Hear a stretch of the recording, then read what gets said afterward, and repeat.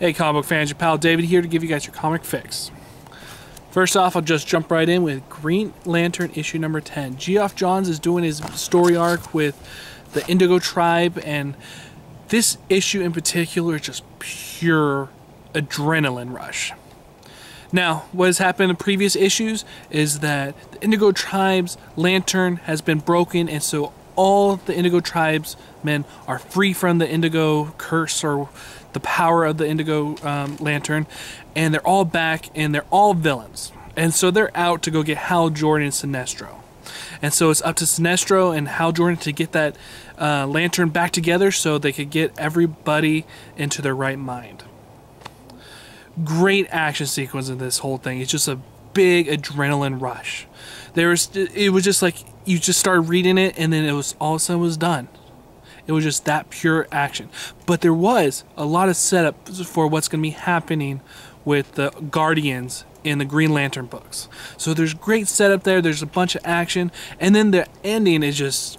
I was just like, oh my god, what's going to happen next? Geoff Johns, you're just so fantastic in this book. Sometimes you could be a little slow, but you're just getting this book right on the nose, and I cannot wait to see what happens next.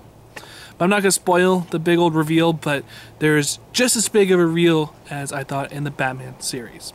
So, I'm going to be giving Green Lantern, issue number 10, 4.5 out of 5. A great issue of the Green Lantern books. And definitely the best since they rebooted the series, even though the Green Lantern books don't really feel rebooted. Next, a book that I really enjoy every single month is Frankenstein, Agent of S.H.A.D.E, issue number 10. Now, Jeff Lemire, he's not on this book. He actually went to go to Justice League Dark. And so he left behind this book, but the funny thing is that when you look at the title, it says Jeff Lemire as the writer, but just know it's not him, it's Matt Kinsley, I think it is. Matt Kinsley, he does a pretty good job at getting the tone that Jeff Lemire was going for, but you just definitely tell that it was definitely not Jeff Lemire on the helm of this book. But I'm hoping that Matt, he'll finally be able to get into his own after a while. Storyline is that there's a mole in S.H.A.D.E, and it's up to Frankenstein and his crew to go and get the mole. So they have to go into this fourth dimension. A lot of setup here. There's a lot of setup, a lot of action, them trying to figure out who the mole is or going after the mole. A lot of fun, but you just definitely tell that Jeff Lemire is not on this title, which is the reason why I was loving the Frankenstein book so much. So I'm going to be giving Frankenstein Agent of S.H.A.D.E a 3 out of 5.